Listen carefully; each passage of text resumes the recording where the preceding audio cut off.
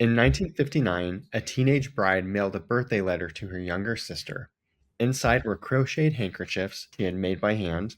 It would be the last message her family ever received from her. Within months, Diane Marie Webb vanished, leaving behind a trail of unanswered questions that has stretched across decades. Underwear, alcohol, syphilis, murder, forbidden.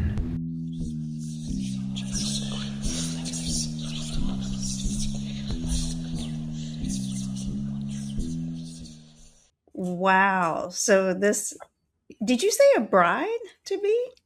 A teenage bride. So she was Oh, a just married. teenage bride. Okay. All right. So she was a teen bride already. Mm-hmm. Interesting. Okay. Well, Yeah. I'll go ahead and introduce us real quickly. Some cases seem to lack all reason, others are missing just one key piece of evidence. But all of these stories have one common element: someone has gone missing. Welcome to our limited series, Vanished. And welcome to Forbidden, the podcast where we discuss the dark, disgusting, and the disgraceful in our unmentionables. That's right, we've slipped into something more comfortable. Have a drink in hand, listener. Hope you are doing the same. Welcome. I'm your co host, Amanda Kamada. I'm your other co-host, Blake Roberts, and I today am wearing this button-up shirt and also a Speedo because it is over 100 degrees in April in Phoenix. Are you serious? I just Yeah. turned the heater on in my freaking house Really? before I started taping because it's like 60 degrees here today and raining, and it feels like Seattle. Like, I know that there's like weather happening in other parts of the country, but for some reason I was like, oh, we're going to get online and we're going to talk about how warm it is where we live. yeah, So, not today. Not today, folks, on my side. yeah, it's cooking here. Oh my gosh, I can't believe it's that warm. I think I had heard that it was warm out west though, because my cousin like messaged me, and she lives in Denver, and she like it was showing like this meme of, weather in Denver versus weather in Miami Beach right now, and they're warmer. So, yes, interesting. That is crazy. Mhm. Well, I am clearly drinking a white wine. Yes. What are you imbibing?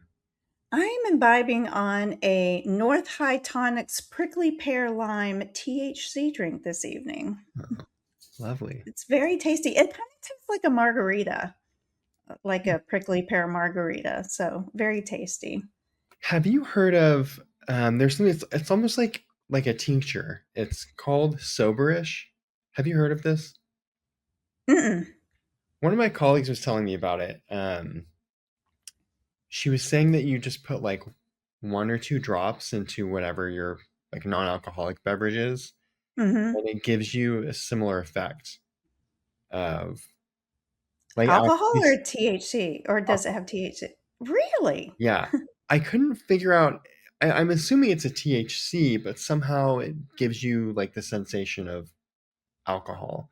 But she was Mm-hmm. saying after like 3 to 4 drops, it made her get that like sort of giggly, like Oh, bubbly sort of feeling. like poppers? Very close, I'm sure. I'm kidding. No, just kidding. I love Oh, sorry, it just made me think of poppers. I was like, that giggly feeling where you just all of a sudden like laugh. that. Yes, Yeah, let's something like that. this episode sponsored by Poppers by VCR. Yes, this episode sponsored by Rush. Oh, We should hold up. Make sure when you edit that you put a little bottle of Rush up. yeah, Yes, or here, depending on where yes. I'm editing. Okay, well, But I have not heard it. I've heard of things like that before, but I haven't heard of Soberesh. I have these gummies that I eat that are THC, and they're called. I just think the names of some of these are really funny. It's called cornbread, does it taste like and cornbread? no, not at all. But they're located in Kentucky, and they do these THC edibles. Um, And there is actually a bakery now in Miami Beach. It's called Wake and Bakey. And you can go and get like THC edibles and stuff like that there. Like they do little mini cheesecakes, they do like Rice Krispie treats and stuff like that. And the way that they get around like the medical marijuana law is all of this stuff is derived from hemp, the THC, rather than marijuana. Uh, And so with the technicality, they can get around it, but it's still to me, I I have a very difficult time doing medical marijuana because it's really strong and it just like knocks me out. Where this is almost like microdosing a little bit. Um and I'm throwing kind of a big party at the end of May. I think you mhm. might be invited to it. I don't Yes. know if you want to announce it or me. Oh, do I even remember what this oh, maybe it's your wedding? Yes. And so I'm gonna have some of my treats from this Wake and Bakery, at the wedding, so people can imbibe on little hemp treats if they so desire. That's awesome. We should chat more about your wedding at the We will. end. We And will. also, note to self, I'm changing my Instagram handle to Wake and Blake. Wake and Blake. That is amazing. Well, I will let you get started with your child bride story because now I am like, I mean, holy shit, this is crazy. Yeah. Well, I'm just gonna share like the most interesting part of this story is the sources. So get Oh, ready. Pop of your course. popcorn because here it comes. I have an article from azcentral.com from 2016, an article from trackmissing.org, another article from azcentral.com, also from 2016, uh, missingpeopleinemerica.org, medium.com, and an article from the charlieproject.org. Okay. Lots of resources. And this is a sort of a short and sweet, so I had to use a lot of resources to get just like the little details in there. Mm, So without further ado, Diane Marie Webb, born April 20th, 1942. Oh, that's coming up on her birthday. Sorry, I thought it was April. It's March. I'm it's okay. Time is chasing me right now. Um, April 20th, 1942, grew up with her parents and siblings in San Bernardino, California. In March 1959, her family moved to Dolan Springs, Arizona, but Diane chose to remain in California with her boyfriend, Bennie Milton Webb, who was 16 years old at the time. Oh, wow. That's really young. Yeah, they're just babies. Little babies. Yeah. At some point after the move, Diane visited her family in Arizona for about a week. During that visit, she told her parents she was pregnant and planned to marry Benny, who was living in the Phoenix area. So, at some point, I guess Benny moved to Phoenix. Her parents are in Dolan Springs. Where is Dolan Springs in reference to Phoenix? Is it? It sounds like a small town. It's actually in the Mojave Desert, so it's most of Arizona is Sonoran Desert, or it's right on the way to Las Vegas, so the northwest corner of Arizona. Okay. Yeah, I'm familiar with that area given that I used to live in Las Vegas and I used to go from Las Vegas to Phoenix every once in a while to just, hang out. So I'm sure it's kind of up in that area somewhere, the Hmm. border area. Exactly. Okay. So her father strongly disapproved of the relationship and pregnancy, but her mother and younger brother traveled to Indio, California to attend the wedding ceremony. So super confusing. There's a lots of location shifts here. So the wedding ceremony is back in Indio, California. And I forget exactly, but I think Indio is around Palm Springs area. I think it is too. Isn't that where they have like Stagecoach or that music festival every Coachella. year? Or Coachella? Well, Coachella Or is maybe both. okay. Yes, actually, probably both. Indio is actually right next to Coachella. Okay. So that's where the wedding is. It would be the last time Diane's family saw her in person. For several months after the marriage, Diane stayed in contact with her family through letters. Her final known letter was mailed on August 22nd, 1959, which was her younger sister's birthday. The envelope included a card and the crocheted handkerchiefs that she had made as a gift. After that letter, the correspondence suddenly stopped. Wow. More than a year later, Diane's family received an unexpected letter, but it was not from Diane, it came from Bennie Webb. The letter was addressed to Diane, and it suggested that Bennie believed she was staying with her family in Arizona. Confused, Diane's parents wrote back asking him what had happened. In a letter dated January 5th, 1961, Bennie told Diane's parents that he had last seen her on January 9th, a year early, so almost a full year earlier. Holy shit. According to him, yeah, that's a long time to wait, like Yeah. to hear from your wife. According to him, he had placed Diane on a bus with $100 so she could travel back to her family. He also said that she later wrote him a letter stating she had suffered a miscarriage. Diane never arrived in Dolan Springs. Concerned and searching for answers, Diane's father traveled to Truth or Consequences, New Mexico, where Bennie was living at that time. So he had moved. It's very confusing. Yeah. While asking questions in the town, he was reportedly threatened by Bennie's brother or uncle. Sources varied on that point. It's either his uncle or his brother. Or maybe both. Or maybe both. It's not Arkansas, Amanda. It's New Mexico, though. Yes. So he was threatened by this family member who was described as a local law enforcement official and basically told to leave town. Despite the family's attempts to find her, Diane Webb was never located. At the time of her disappearance, Diane was about 5 feet 2 inches to 5 feet 4 inches tall and weighed between 110 and 120 pounds. She had brown hair, brown or gray eyes, pierced ears, and a freckle on the tip of her nose. Investigators have also noted that one of her breasts was larger than the other, a distinguishing characteristic. So it was sort of an odd. That's an odd characteristic. And who gave that? I Like, know. who gave that up? And like, was it that big of a difference? Was that on like the missing persons poster? Was it on the milk carton? You know? Right. One side double D, one side B. Yes. Authorities later indicated she may have been pregnant at the time she vanished and may have experienced a miscarriage afterward. More than 6 decades later, Diane Webb's disappearance remains unsolved. She was last known to be connected to Phoenix, Arizona, and her case is still listed as an endangered missing person investigation. Her last letter, the one sent on her sister's birthday in 1959, remains one of the final pieces of evidence in a case that has never been resolved.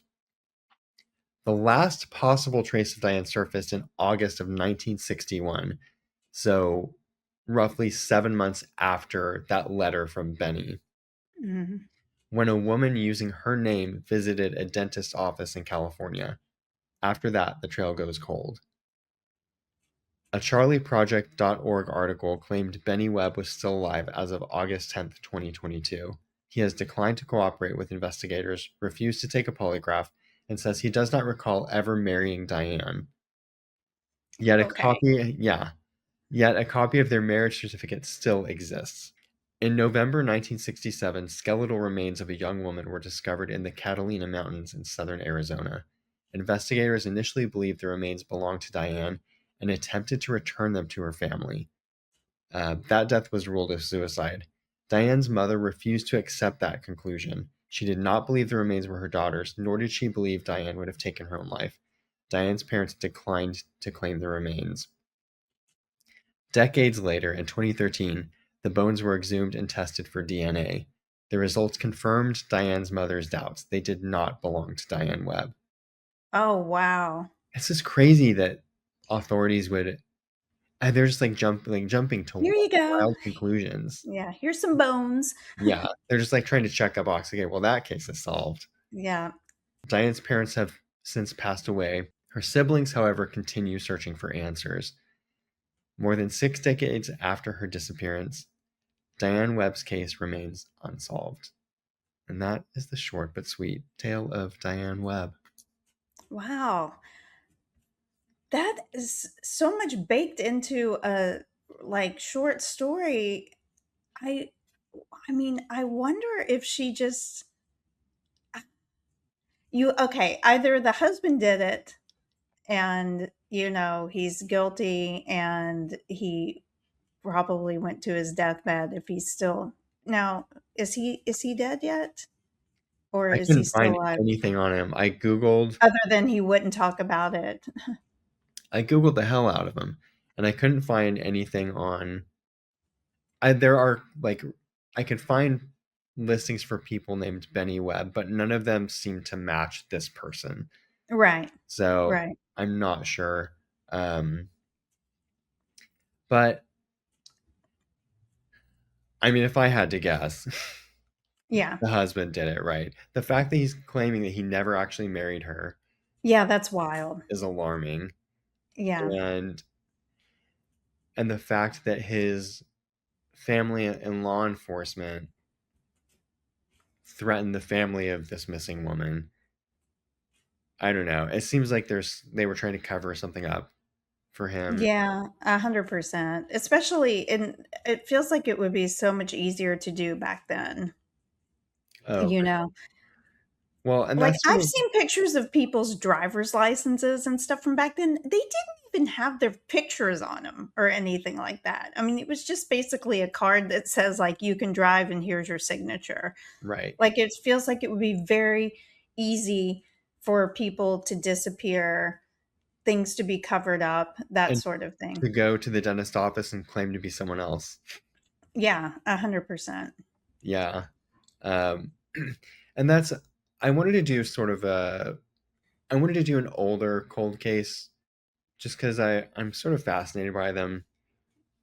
Unfortunately, I the likelihood of them being solved is probably pretty low. I mean, historical cases often rely on limited evidence, right? Like witness statements, letters or last sightings, sparse police documentation, and then without having modern forensic tools, um, even if even if there is like DNA evidence still, um, what's the word I'm looking for? Like still like in files, the degradation that would have occurred since 1959, there is this likely they're just so difficult to solve.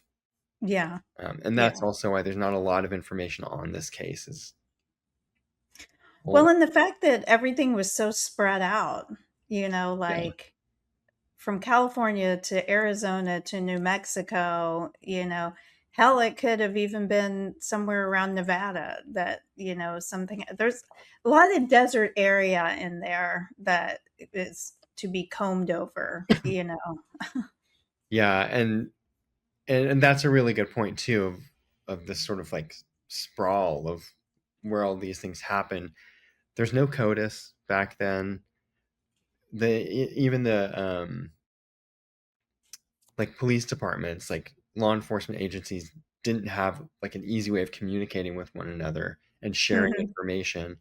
mhm, I always think back to that movie Zodiac and the way that they are trying to coordinate between like Vallejo and San Francisco, and it's just a cluster, right? mhm. And that was even 10 plus years after this case. So Yeah. Well, law enforcement agencies didn't even speak to one another. Like, I remember when I lived in Las Vegas, and I can't remember whether it was the guy lived in Arizona and got a DUI or lived in Vegas and got a DUI, but he went to one of the other DMVs, like in Arizona or Nevada, because the DUI wouldn't show up on their records. And so he had a license from that area because their systems didn't talk. And this was like in 1998, 99, 2000, like not that long ago. So I can only imagine back in the 50s how difficult it would be to, share information between certain areas. I worked for a company not too long ago where it's just a crazy story. I need to tell it like delicately. I worked for an internet company and I saw something that someone had submitted to the website, and it looked like it was a photo of a woman being kept in a cage. And What? she looked like drugged, like out of it. And it could have been there could have been so many explanations for that photo. Like it could have been staged, it could have been a photo that this person found online and just submitted. Um, I mean, it could be something nefarious, but I had to assume that, like, I had to assume the worst, right? So I called the police. Mhm. Well, what I did was I was able to get um, the IP address of the person who submitted it. So I figured out this person was living in Canada. I don't remember exactly where, but it was in Canada. So I called the local police department there, and it took 2 hours just to get someone on the phone who could talk to me. And they were super friendly. But ultimately, they were like, well, since your company is based in the US, you need to start a police report with them. And it was just immediately like, I don't know, this seems like something that feels kind of urgent. Yeah. Maybe we should just take it and run with it. Yeah. But I That's shared all the information I wild. had. I have no idea if anything ever came of that. But so it's a mystery to me. It's an unsolved mystery. That is vanished, unsolved. Yeah, Yeah. that's wild. Yeah. I've never had anything that crazy happen. Yeah. And it was like a new job too. Like I was fresh. Wow. What a way what a way to start out there. Uh-huh. Wow. Well, since that story was so short, we have so much to catch up on. How have you been these past couple of weeks? It sounds like you've just been traveling nonstop, per Yeah. I've se. been jet setting. Uh we haven't been able to record in quite some time. I honestly, I'm trying to remember. I know I went to, so work has been nuts. And it was Josh's birthday on March 1st. And as a gift, my parents got him, well, they got us, but it was his gift, um, a stay in Lake Havasu City, which I've driven through. Josh has never been to. Um, and so it's just like a fun weekend getaway. We could take the dog. Mhm. And so we drove out there. Oh, this is sort of crazy. So we drove out there, checked into the hotel, and it's right at the foot of the London Bridge. Mhm. So for listeners who don't know, the London Bridge, the old London Bridge, was sold to Lake Havasu City in 1970-ish, I think. It was starting to, what do you call it, like sink in Ah, the Thames. So the city of London had to like help, build a new bridge that wasn't sinking. so they So excavated it and sent it over? they broke it down and numbered each stone so that when they brought it over, they would know exactly where it went. So they've rebuilt the whole structure like as Mhm. is. So yes, it's now in Lake Havasu City. Our hotel, the room that we were in was huge. There was a massive, there was like a huge living room area with big like floor to ceiling windows, massive ceilings. There was a middle room, which was like the bedroom, and then the third, which was the bathroom, which had like a tub in the center and like a shower, and it was like a two-person shower. It was all one big open thing. You know what I Mhm. mean? Open concept, but it was cool because it had views. It was under the London Bridge, so you had views of the bridge. Which was sort of cool in Itself, the yeah. evening.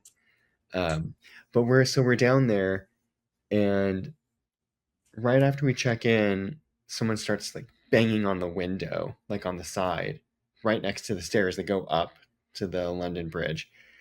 So we look out there, don't see anything, and then they chuck us a basketball. And so I run out there, I grab the basketball, and they're like trying to hide real quick, but I saw them. It was teenagers at the top of the stairs. And so I was like, thank you. As I say, I take the basketball inside. Um, and then they came back a little while later, did the same thing, banging on the window. They threw another basketball, which I also grabbed, brought it inside, and of course, like the dog is freaking out because people are banging on our windows. I call the front desk, That's and so annoying. so annoying. And the poor front desk girl, she's like the only person working there, and she sort of pauses when I tell her what's happening. She's like, "Oh, okay, well, I'll go check that out." I was like, she's like a teenage girl going to check on like these strange sounds happening, like so I don't know if I never saw her come around, and I don't blame her. I wouldn't have put myself in that situation either. Right. But Tilda went nuts on the basketball. So we have Tilda is a miniature dachshund, for those who don't know, and it's a regular basketball, and she just tore it up. I love She that. loved the basketball. Um, but And you anyway, had 2. yes, but we had a good time. We did some hiking and spent a lot of time outside and ate, some decent food and Mhm. just relaxed. But I know you've been to Lake Havasu. I have. How was that experience? From what I can recall, it was it was a great experience. I so whenever I got out of college, I moved to Las Vegas and I lived there for 3 years, which I just sort of alluded to when you were telling the story. But so if you want to think about like, age bracket that I was in was between like 22 to 25, somewhere around in there. And I don't know if it still is, but Lake Havasu back in the late 90s was like a huge spring break It destination. still is. It still is. Okay. So I was working at now we didn't call them startups kids back then. We called them dot coms back in the day.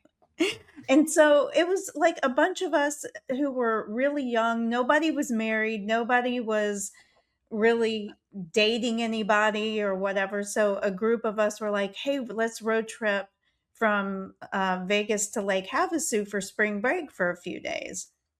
And so we went there and got like rented like a party barge because that's kind of what you do during spring break there. And you go onto the lake and you go into these cove areas and you tie up to other boats and party barges and basically you're walking between boats drinking. Like Playboy was there having a big bash. People were jumping off of cliffs naked. I was completely wasted, no doubt. And I remember like whenever we finished like one of our days there, our boat wouldn't start. Like there was something wrong with it. And so we had to get towed back to where we rented the boat from. Like, so if you can just picture, I think there were probably like 6 of us who had traveled together from Vegas, like completely wasted, like getting towed back by somebody from another barge who we just met, who was being like just kind enough to help us along the way. Because again, back then, like cell phones weren't like a thing that everyone just had on them all the time, And you even if you know? did back then, when you're out on Lake Havasu, you don't have reception. No, no. Oh, God, no. I didn't even think about that. But I remember meeting a guy there, and I think he was from California or something like that. And he was there with his buddies, and he was so freaking cute and he was so nice. And we stayed up like all night talking, but never did anything, which like is so boring. It's a I don't bummer know. about that. I know. End of story. This got really lame. Yeah, this got really lame really quickly. But I often wonder, like, if it were like in today's world, you know, I probably would have made, well, not now that I'm engaged, but probably would have made out with him. You know, would have gotten like his Instagram, all that kind of stuff, and kept up with him. And like, it just, it just was so easy to lose track of people or not like keep in touch with anybody that you met like back in those days. And because even though it doesn't sound like it was long ago, it was really long ago where communications and stuff were, you know, involved. Yeah, for sure. Yeah. But I remember having a, like, really great time in Lake Havasu.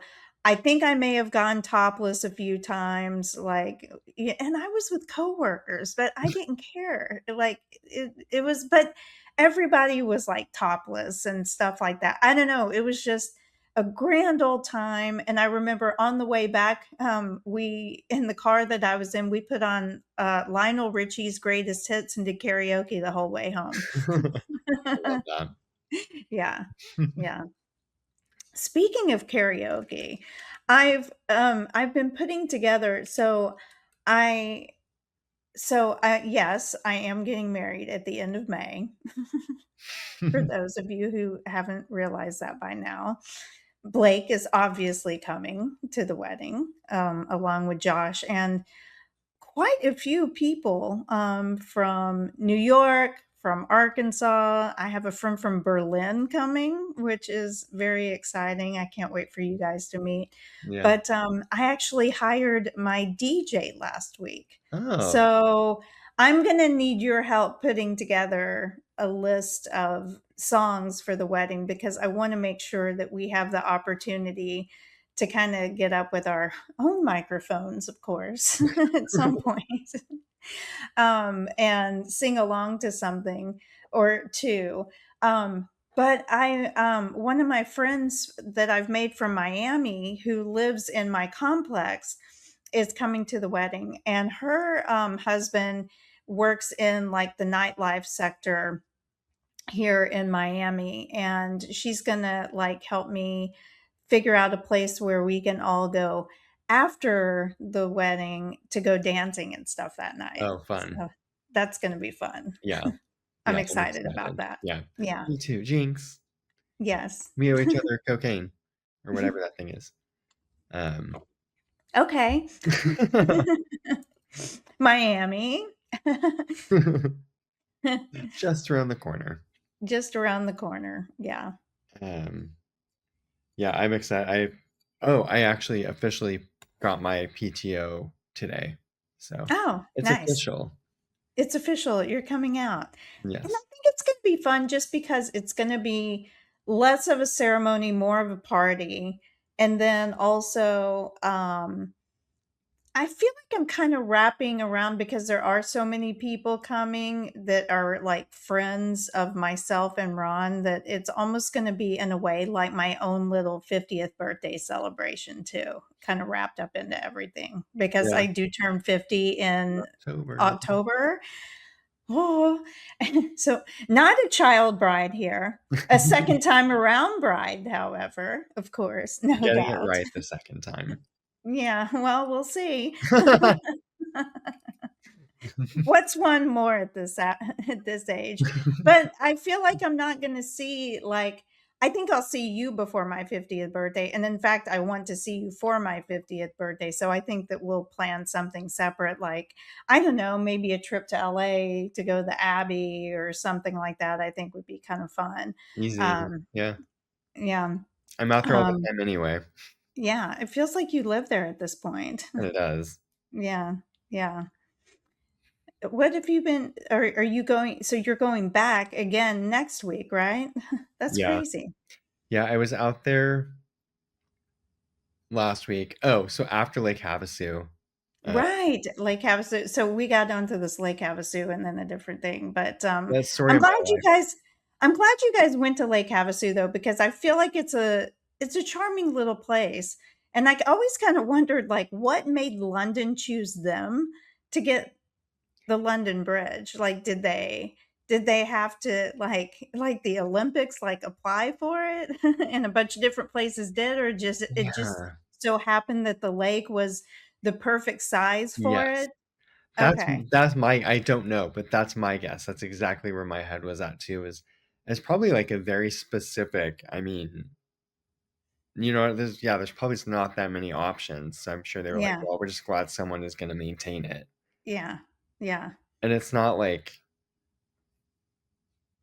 a coastal place where it's gonna get like beaten down by weird Well, weather. weather, yeah, weather Yeah. patterns and stuff like that. Yeah. But yeah, it was fun. And then I had to go back to LA, and we do an annual fundraiser called America's Favorite Couple, which benefits the LA Food Bank and Oceana. And we work with Jeff Goldblum and his wife, Emily. And I they're love him, and yeah, I'm jealous of her. yeah. And she's great too. And then Ted Danson and Mary Steenburgen.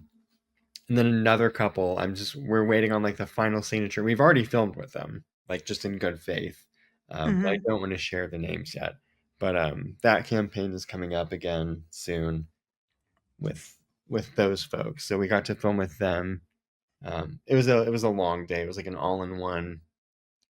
Um, so that was exciting. And then the next day we filmed for an upcoming fundraiser for the Stan Lee Foundation. Stan Lee is not, I don't think he's the originator of Marvel Comics, but he's like one of the originals who sort of made like the big characters come to life. I don't know all the details, but they do a lot of work on like literacy and all that kind of stuff. But I got to meet and work with LeVar Burton. Oh, okay. We get to work with I get to meet a lot of people, which is, it's cool. We've worked with some big name people, but I was honestly like a little bit starstruck with LeVar Burton. And I Mhm. think it's because he's from my childhood, Right. like reading Rainbow and Roots and Star Trek: The Next Generation. And he's still, I feel like the person who he was like in Reading Rainbow is who he is in real life. Mhm. Actually really interested in education and literacy, super kind, um, very warm and very interested, like in talking and speaking with him. Um, he's very engaging, and I love LeVar Burton. That's all I'm gonna say. It was just a good time. But That's so cool that yeah, I always feel like it's so cool when you meet people like that, which I haven't had the opportunity to meet like tons of celebrities or anything like that. But when you do meet somebody like that who you have admired and they kind of live up to that expectation, of what you thought they would be, or perhaps even exceeded that expectation. yeah, especially when it's from your childhood, Right. like a childhood hero sort of thing. Yeah, Yeah, that's important. exactly. Yeah, for Exactly. sure. Yeah, but that was fun. And then I'm going back next week for a corporate meeting, and then for another, at least one production, but maybe four. Oh my god. Either 1 or 4.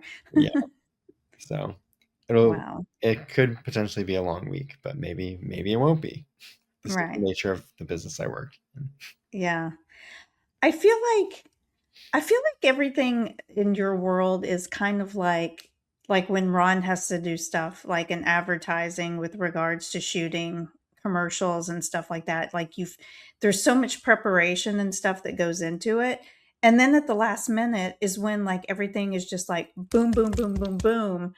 And Yeah, it always just blows my mind because I'm like, isn't this something that you were planning for? Like, and he was like, yeah, he's always like, yeah, but we got a location scout, da, da, da, da, da, all this kind of stuff. And it all seems so last minute yeah, and really fast.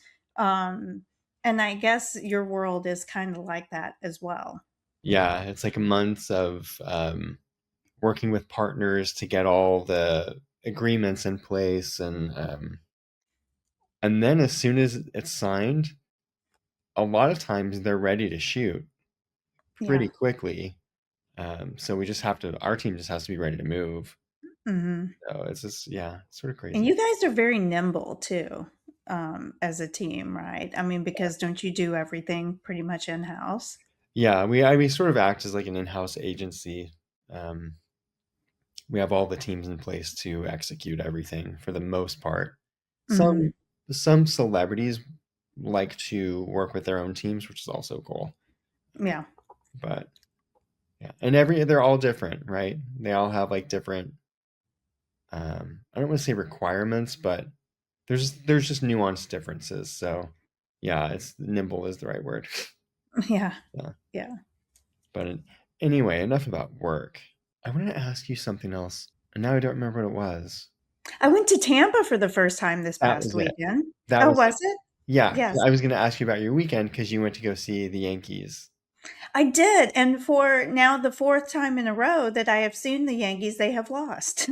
You're bad luck. You need to I stop. am bad luck, and so I need to stop spending money to go see the Yankees because whenever my nephews were here last year, I spent an inordinate amount of money on going to 3 different games, which they lost every fucking game.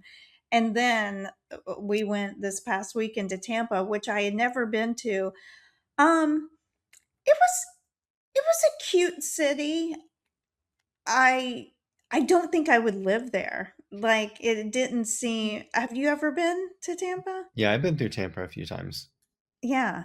Yeah. I mean, there was nothing that I thought like, wow, something would really draw me to this city. You know what I mean? And maybe it's just because I'm used to living in larger urban areas, like New York and then like Miami's, even though I live on the beach side, it's still like very walkable, Mhm. and like if you go to like downtown Miami, it feels like areas of it kind of feel like a small New York or something like that. Whereas like the downtown area of Tampa like felt very large and clean and it just didn't feel like gritty at all in any Yeah, sort of way. It it felt a little lacks too that character.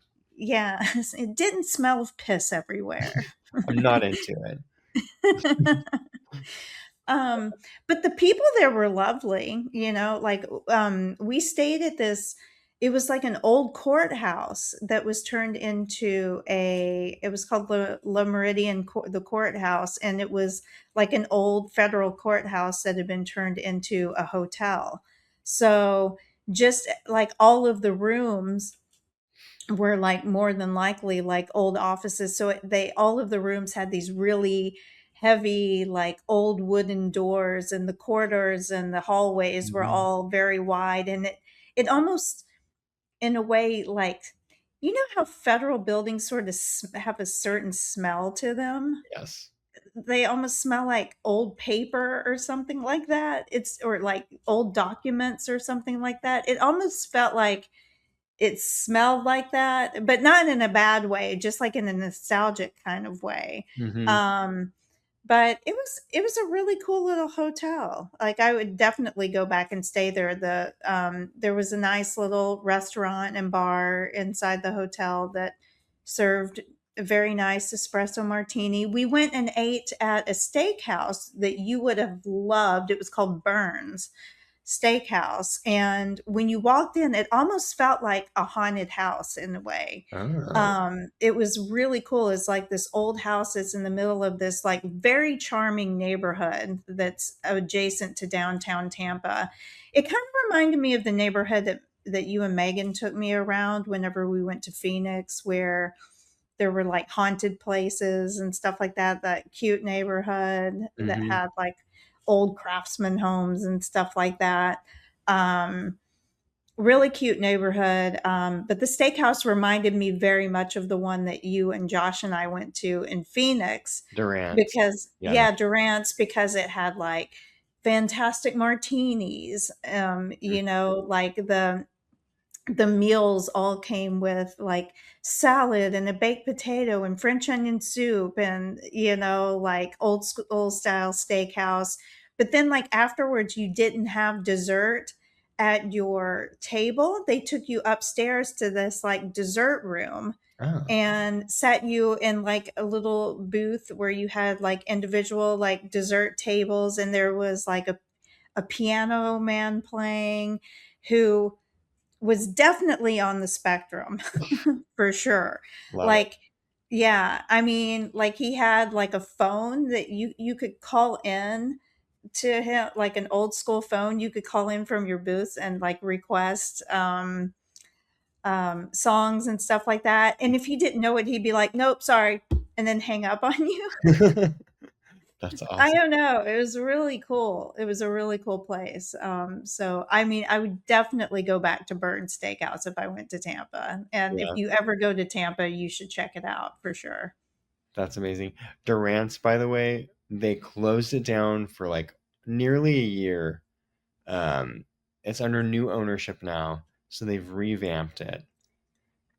And In a good or a bad way? I haven't been, and I don't know if I'm interested because a lot of the charm about the old Durant's was it felt like an old like mafia Yes. steakhouse, like Yes. the red velvet things everywhere. Yeah. Um, the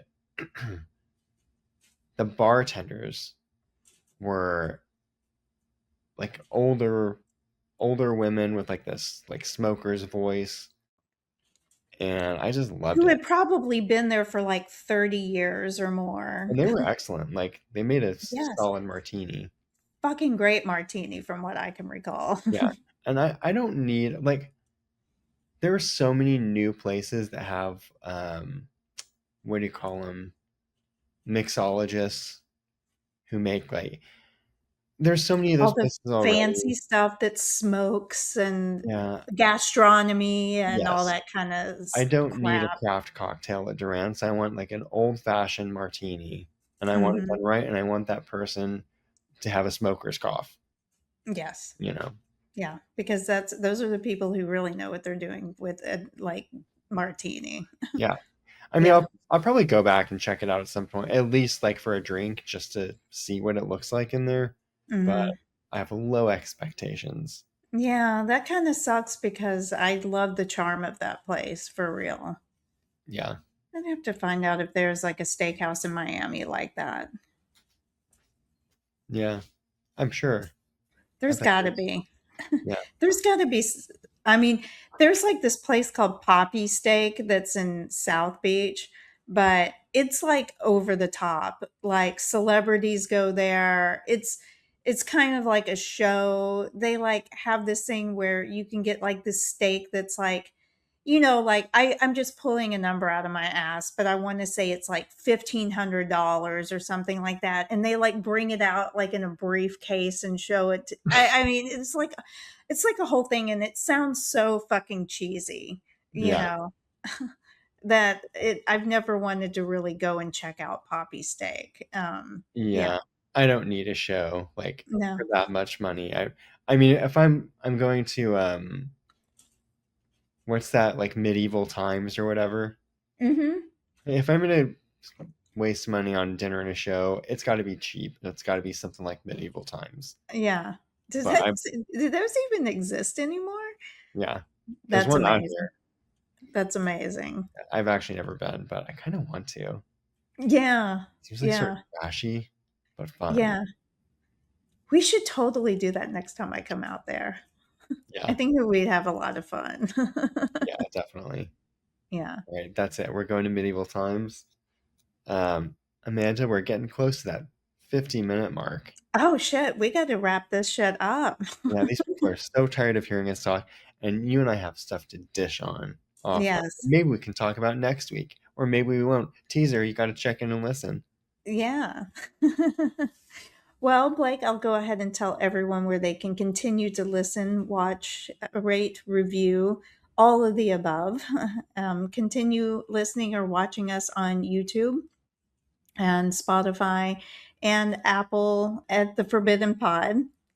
You can follow us on the social sphere on Facebook and Instagram at The Forbidden Pod, which we are not that active on social anymore, Yeah. like, which is fine because I feel like our YouTube kind of like is the place to be, unless you're wanting to view archives and that sort of thing, and that would be on our website www.theforbiddenpod.com. Send in your show ideas, send in your nudes, especially to me, for God's sake. I'm getting married. I need nudes. Yes, we'll have an online bachelorette party. Yes, yes. Oh, which is another thing we need to talk about. And that is going to be hello at theforbiddenpod.com, that I would like to receive those nudes just in time for my bachelorette party.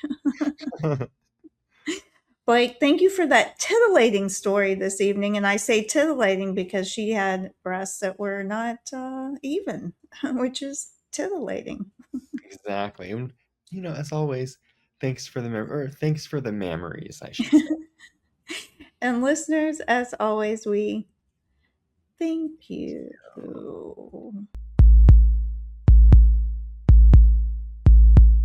Tease me away.